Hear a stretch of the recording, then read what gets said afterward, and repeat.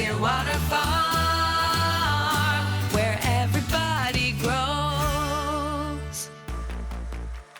My name is Amelyia Gilmore. I'm going to Willowbank School of Restoration Arts. We learn heritage practices of how to do pretty much anything that needs to be done with a historic building or home. I love wood specifically because there's so many different things that you can do with it. The possibilities are endless.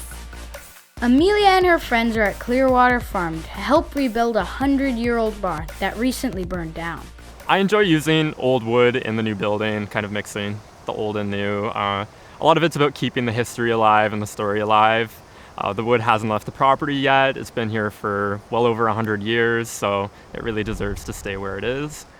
So for today, we plan on taking this reclaimed lumber, checking it out with the sawmill, seeing if it's in any decent condition that it can be reused in the new barn. The material is really worth saving. It's a lot higher quality than anything else that we can buy today because the rings that form the wood are much closer together. And that just means that the tree grew slower. It's a lot more dense. It survived through the fire, and new wood today really wouldn't.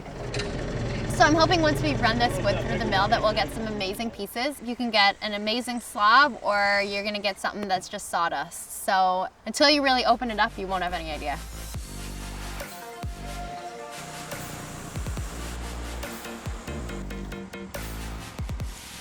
So we have a great cut out of the log. Came out really well, not a lot of damage. You can really smell the cedar in it as well. Cedar has a lot of natural oils in it, and it also repels bugs. That's why people like to build closets and things out of it.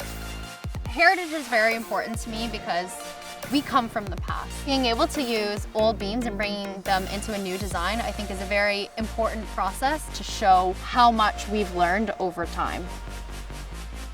We're able to reuse the things that we have. You don't have to go out to the store and buy new things every time. You can keep using the things that you already have, and that is a huge life lesson.